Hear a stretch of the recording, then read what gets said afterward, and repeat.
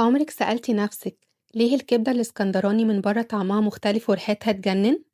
ولو نفسِك في ساندوتش زي بتاع عربيات الشارع بالضبط، تعالي أقول لِك تعمليه في البيت أحلى وأنضف كمان، وكمان هنعمل معاها صوص الطحينة اللي يجنن. ولو أول مرة تشوفوني يا ريت تعملوا لايك واشتراك للقناة، ويلا بينا نبدأ وصفتنا. هنجيب طاسة وهنحط فيها ربع كوباية زيت ومعاها كام ورقة من ورق اللورا، وهنسيب الزيت يسخن كويس جدا عشان أول ما الكبدة تنزل تاخد صدمة وتدي لون حلو. معايا نص كيلو من الكبدة مقطعة شرايح بالشكل ده، هنزل بيها في الزيت والزيت لازم يكون سخن، ومش هقلبها في الأول بس أنا بفردها في الطاسة علشان تاخد الصدمة.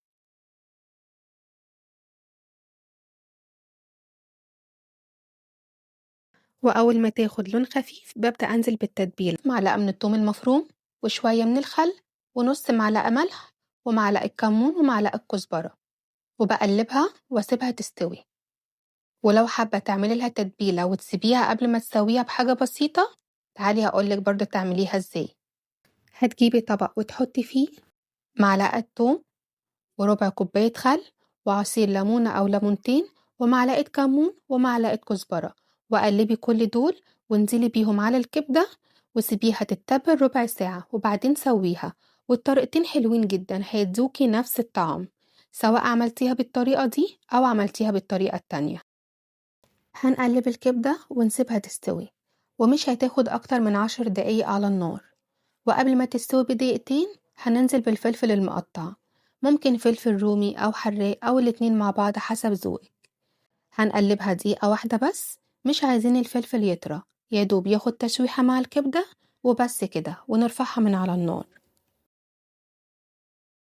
تعالوا بقى نعمل مع بعض صوص الطحينة، أسهل حاجة ممكن تعمليها. هنصب شوية طحينة في طبق وهنضيف عليهم ربع معلقة صغيرة من الملح ونص معلقة كمون ونص معلقة كزبرة وفص توم مهروس وعصير ليمونة، وبعد كده نضيف المية بالتدريج ونقلب. ولو لسه تقيلة زودي شوية مية لحد ما توصلي للقوام المظبوط، لا هي تقيلة قوي ولا هي خفيفة. وبكده الطحينة بقت جاهزة معانا.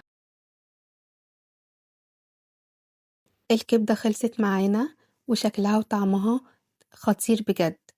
يلا نعمل سندوتش الكبدة بالعيش البلدي مع عصرة ليمونة ونحط شوية طحينة على الوش.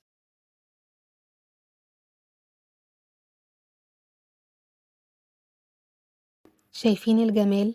مستوعبين قد ايه السندوتش نضيف ومعمول في البيت وأحلى من بره بكتير، وكمان انتي ضامنة نضافته. والأكلة جميلة وما يتشبعش منها، وجربوها واتمنى الفيديو يكون عجبكم، وما تنسوش اللايك والشير، واشوفكم في فيديو جديد ان شاء الله. باي باي.